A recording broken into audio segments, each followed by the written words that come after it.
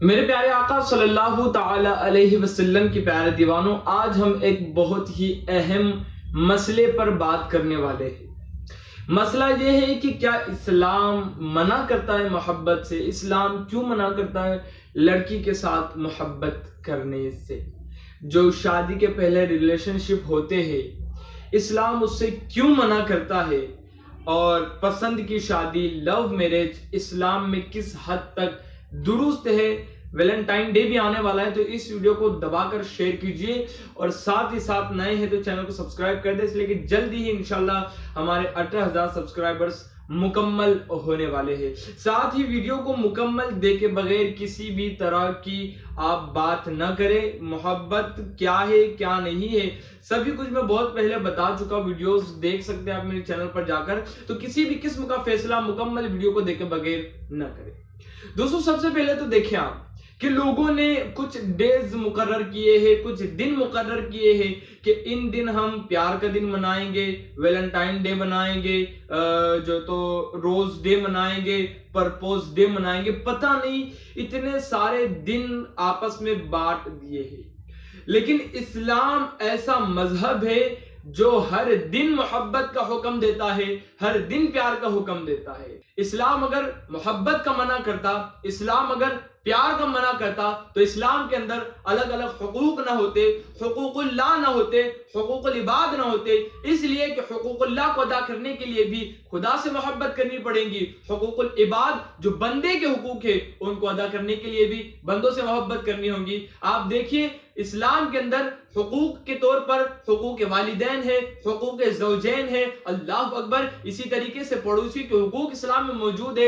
اسلام ہر وقت محبت کا حکم دیتا ہے، ہر دن محبت کا حکم دیتا ہے، ہر لمحہ محبت کا حکم دیتا ہے، لیکن فرق اتنا ہے کہ لوگ ناجائز محبتوں کے دن مناتے ہیں، اسلام جائز محبت کے دن ہر روز منانے کا حکم دیتا ہے۔ میرے پیارے آقا اسلام کے پیارے دیوانوں، اس سے ایک اور مسئلہ بھی نکل سکتا ہے، وہ مسئلہ یہ ہے کہ کیا اسلام پسند کی شادی، لو میرج کا منع کرتا ہے؟ تو آپ کو میں بتا دوں کہ آپ کے سامنے بہت ساری ایسی باتیں غلط پیش کی گئی ہیں، یا پھر بتانے میں غلطی ہو گئی ہوگی، سمجھانے میں غلطی ہو گئی ہوگی، یا آپ کے سننے میں، یا پھر آپ کے سمجھنے میں غلطی ہو گئی ہوگی، لیکن آج میں آپ کو واضح طور پر کھول کر کے حدیث کے تعلق سے حدیث کی روشنی میں بتانے والا ہوں۔ حدیث نمبر بخاری شریف کی حدیث ہے، حدیث نمبر 2310 حدیث نمبر ہے، راوی ہے حضرت سہل بن سعد رضی اللہ تعالی عنہ۔ روایت کرتے ہیں کہ ایک دفعہ ہم مجمع رسول، محفل رسول صلی اللہ علیہ وسلم میں بیٹھے ہوئے تھے، آقا کریم بھی جلوہ فروز تھے۔ ایک عورت آتی ہے بارگاہ رسالت صلی اللہ علیہ وسلم میں اور عرض کرتی ہے، یا رسول اللہ صلی اللہ علیہ وسلم، میں نے اپنے آپ کو آپ کے لیے بخش دیا، یعنی میں آپ سے نکاح کرنا چاہتی ہوں۔ حضور علیہ السلام نے اس کی طرف نگاہ اٹھا کر کے دیکھا اور اپنی نظروں کو جھکا لیا، کچھ جواب نہ ملا تو وہ عورت وہیں پر بیٹھ گئی۔ حضور علیہ السلام نے جواب نہ دیا تو پھر ایک صحابی کھڑے ہوتے ہیں اور کہتے ہیں، یا رسول اللہ صلی اللہ علیہ وسلم، اگر آپ ان کو قبول نہیں کرتے یا آپ کو ان کی حاجت نہیں تو یا رسول اللہ میرا نکاح ان سے کرا دیجیے۔ حضور علیہ السلام ان سے پوچھتے کہ آپ کے پاس کچھ ہے؟ انہوں نے کہا، اللہ کی قسم میرے پاس کچھ نہیں ہے۔ حضور علیہ السلام نے کہا، جائیے اپنے گھر اور دیکھیے کچھ تو مل جائے گا، کوئی چیز ہوگی تو لے کر کے آئیے۔ وہ گئے اور انہوں نے کہا آ کر کے کہ یا رسول اللہ، خدا کی قسم میں نے ابھی بھی کچھ نہیں پایا۔ حضور علیہ السلام نے پھر کہا کہ آپ کے پاس لوہے کی انگوٹھی تو ہوں گی، وہ جا کر کے دیکھ لے۔ وہ جاتے ہیں، نہیں پاتے، تو آ کر کے حضور علیہ السلام سے کہتے ہیں، یا رسول اللہ، میں نے انگوٹھی بھی نہیں پائی۔ پھر وہ بیٹھ جاتے ہیں، محفل رسول میں بیٹھ گئے۔ حضور علیہ السلام بھی جلوہ فروز ہے، وہ عورت بھی جلوہ فروز ہے۔ تھوڑی دیر وہ صاحب بیٹھتے ہیں اور اٹھ کر کے چلنے لگتے ہیں۔ ابھی تھوڑی دور گئے تھے کہ رسول اللہ نے فرمایا کہ وہ گئے ہیں، ان کو بلا کر کے لائیے۔ تو ایک صحابی گئے، ان کو بلا کر کے لایا۔ حضور علیہ السلام کے پاس جب وہ آئے، حضور علیہ السلام نے ان سے پوچھا، کیا تمہارے پاس قرآن مجید ہے؟ انہوں نے کہا، ہاں یا رسول اللہ، میرے پاس قرآن مجید ہے۔ حضور علیہ السلام نے پھر ان سے پوچھا، کیا تمہیں قرآن مجید منہ پہ یاد ہے؟ انہوں نے کہا، ہاں یا رسول اللہ، زبان کہانی بھی یاد ہے، حضور فرماتے ہیں کہ اس قرآن کی وجہ سے میں نے اس عورت کو تمہارے نکاح میں دے دیا، تمہیں نے قرآن مجید سکھائی ہے۔ اب اس حدیث پاک سے ہمیں بہت سارے پوائنٹس ملتے ہیں، آپ کو میں پوائنٹس بتانے لگا ہوں، کھول کھول کر پوائنٹ واضح طور پر آپ کے سامنے کلیئر کرنے لگا ہوں۔ پہلا پوائنٹ کہ وہ عورت بارگاہ رسالت میں خود آتی ہے چل کر کے اور اپنے محبت کا اظہار کرتی ہے، حضور علیہ السلام سے کہتی ہے یا رسول اللہ مجھے آپ سے محبت ہے، آپ مجھے اپنے نکاح میں لے لیجئے۔ صحابی بھی جلوہ افروز ہے، حضور علیہ السلام بھی جلوہ افروز ہے، کسی نے ڈانٹا نہیں، حضور نے ڈانٹا نہیں، حضور نے اللہ اکبر ان کو جھڑکا نہیں، بلکہ ان کو میرے آقا نے ایک نظر اٹھا کر کے دیکھا، پھر نظریں جھکا لی، ان کو برا بھی نہیں لگا، پھر وہ بیٹھ گئے۔ پھر ایک صاحب کھڑے ہوتے ہیں اور وہ کہتے ہیں یا رسول اللہ آپ کو حاجت نہیں تو میرا نکاح ان سے کرا دیجئے۔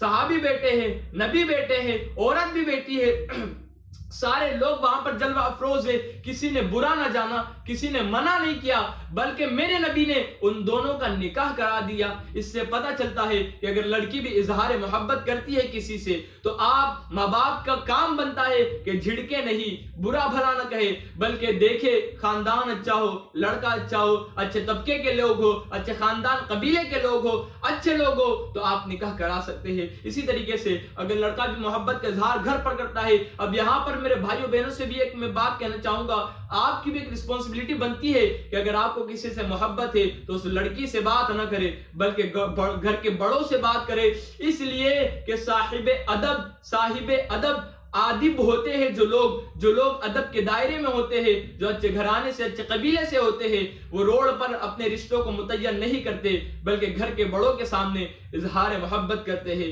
اظہار کرتے ہیں، اور پھر گھر والوں کا کام ہے کہ وہ نکاح کرا دے۔ میرے پیارے آقا علیہ السلام کے پیارے دیوانوں، لیکن آج کے معاملات بڑے ہی کٹھن، آج کا دور بڑا ہی فتنہ پرور دور ہے۔ اس دور کے اندر کسی انسان کو پرکھنا اتنا آسان نہیں جتنا پہلے ہوا کرتا تھا۔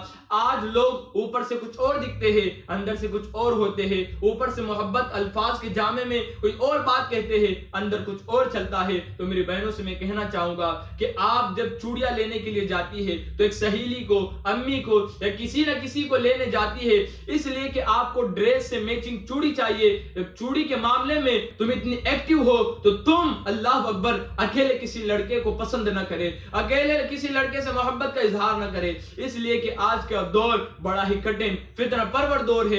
جب بھی دیکھے خاندان، قبیلہ، ہر چیز کو دیکھ کر کے پسند کی جاتی ہے۔ میرے بھائیوں بہنوں سے میں کہنا چاہوں گا کہ ماں باپ کے ہر فیصلے پر راضی رہا کریں، اس لیے کہ آپ کے ماں باپ آپ کا برا نہیں جانیں گے، آپ کے گھر والے آپ کا برا نہیں جانیں گے، وہ دیکھیں گے اچھی طریقے سے، اچھے طور پر خاندان کو، قبیلے کو، ذات کو، ہر چیز کو دیکھ کر کے جو وہ فیصلہ کرے ان کے فیصلے پر راضی ہو جاؤ۔ تمہارا کام ہے ان کے سامنے بات رکھنا، اب ان کا کام ہے وہ اگر چاہے تو تمہارا نکاح وہاں کر سکتے ہیں، نہ چاہے تو آپ ان کے فیصلے پر راضی ہو جاؤ، قسمت پر راضی ہو جاؤ، خدا کے سامنے اپنے سر کو جھکا دو، قسمت پر، اللہ کی رضا پر راضی ہو جاؤ۔ انشاءاللہ تعالی دنیا میں بھی کامیاب، آخرت میں بھی کامیابی کامیابی سے آپ ہمکنار نظر آئیں گے۔ اس لیے آپ لوگ جو تو دیکھ دکھا کر کے کام کیا کرے، اس لیے یہ دور بڑا ہی نازک ترین دور ہے، اور اچھے لوگ، شریف لوگوں کے رشتے روڈ پر، سڑک پر، پارک کے اندر یا پھر گارڈنز وغیرہ میں طے نہیں ہوتے، بلکہ شریفوں کے رشتے طے ہوتے ہیں چار دیواری کے اندر، گھر کے اندر، اور جب طے ہوتے ہیں تو پھر ان کا گھر جب بستا ہے تو اس گھر کا بچہ آپ کو کوئی حافظ قرآن نظر آتا ہے، کوئی عالم دین نظر آتا ہے، کوئی مبلغ اسلام نظر آتا ہے، اس لیے کہ شریفوں کی عادت میں شرافت ہوا کرتی ہے، شریفوں کی فطرت میں شرافت ہوا کرتی ہے۔ تو میرے پیارے آقا علیہ السلام کے پیارے دیوانوں، آپ دیکھ دکھا کر کے کسی بھی کام کو انجام دیا کریں۔